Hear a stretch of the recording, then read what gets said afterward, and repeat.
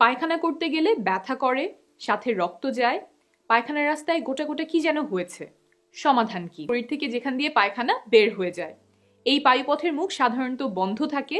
আমাদের যখন প্রয়োজন হয় আমরা চাপ দিয়ে সেই পায়ুপথের মুখ খুলে শরীর থেকে পায়খানা বা মল বের করে দেই। পায়ুপথের মুখ বন্ধ রাখতে সেখানে বেশ কিছু জিনিস একসাথে কাজ করে। তার মধ্যে একটা বিশেষ গুরুত্বপূর্ণ, নাম হলো অ্যানাল কুশন। দেখতে অনেকটা এইরকম। এগুলো 3 দিক থেকে চাপ দিয়ে পায়ুপথের মুখ বন্ধ রাখতে সাহায্য করে। যদি কোনো কারণে 3 দিকের এই কুশনগুলো ফুলে যায়, সেগুলো থেকে রক্তক্ষরণ হয় বা সেগুলো নিচের দিকে নেমে যায়, পায়ুপথের চারপাশে গোটার মতো দেখা যায়, তখন সেটাকে আমরা পাইলস বা অর্শ নামে চিনি। মেডিকেলের ভাষায় নাম হলো হেমোরয়েডস। পায়খানার সাথে রক্ত যেতে পারে, উজ্জ্বল লাল রঙের রক্ত।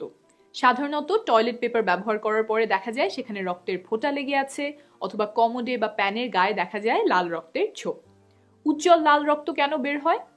পায়খানা বের হওয়ার পথে একদম শেষ প্রান্তে রাস্তার মুখের কুশনগুলো থেকে রক্তক্ষরণ হয়েছে। সেই রক্ত এখনো তাজা, জমাট বাঁধার সুযোগ পায়নি, তাই উজ্জ্বল লাল দেখা যায়। কুশনগুলো ফুলে পায়ুপথ দিয়ে বেরিয়ে আসতে পারে, তখন নরম গোটার মতো মনে হয়।